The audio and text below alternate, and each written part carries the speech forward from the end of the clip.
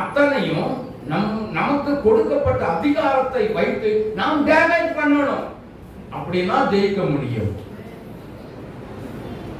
ஒரே ஒரு அம்மா மட்டும்தான் ஆமேன்றாங்க, மீதி எல்லாம் ஐந்துக்கிறாங்க.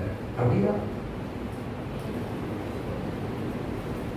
இப்ப சொல்றேன், மறுபடியும் சொல்றேன், கர்த்தர் நமக்கு ஒரு அதிகாரம் தந்துட்டாரு.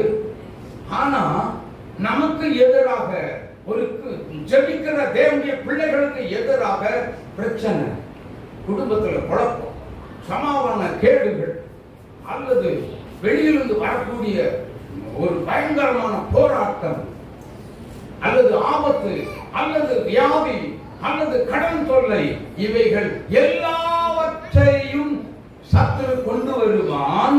ஆனாலும் அதை டேமேஜ் பண்ணி உடைப்பதற்கு கர்த்தர் உங்களுக்கு எனக்கு அதிகாரம் கொடுத்திருக்கிறார். கரந்தட்டி இயேசுவை மகிமைப்படுத்துங்கள். அவைகள் ஒன்றும் நம்மை சேதப்படுத்த அதிகாரம் இல்லை. அவைகளை சேதப்படுத்த நமக்கு அதிகாரம் உண்டு. காரணம், நானும் நீங்களுடைய யாரு? கர்த்தருடைய மனவாட்டி. ஆமென். இதயத்துல கை வச்சு சொல்லுங்க, நான் கர்த்தருடைய மனவாட்டி. எல்லாம் சத்தமா சொல்லுங்க, நான் கர்த்தருடைய மனவாட்டி. சத்துருவே, பிசாசே, நீ எதை கொண்டு வந்தாலும் என்னை மேற்கொள்ளவே முடியாது. என்னை மேற்கொள்ள முடியவே முடியாது. என் ஜெப வாழ்க்கையை உடைக்க முடியாது. என் தேவனோடு உள்ள உறவை உடைக்க உன்னால் முடியாது. காரணம், உன்னை ஜெயித்த இயேசு எனக்குள்ளே பெரியவராய் இருக்கிறார். ஓ கரந்தட்டி ஆர்ப்பரி திருச்சபையே, ஹalleluya. உன்னை சேதப்படுத்த அதிகாரம் இல்லை, நாமே சேதப்படுத்துவோம். ஆமென்.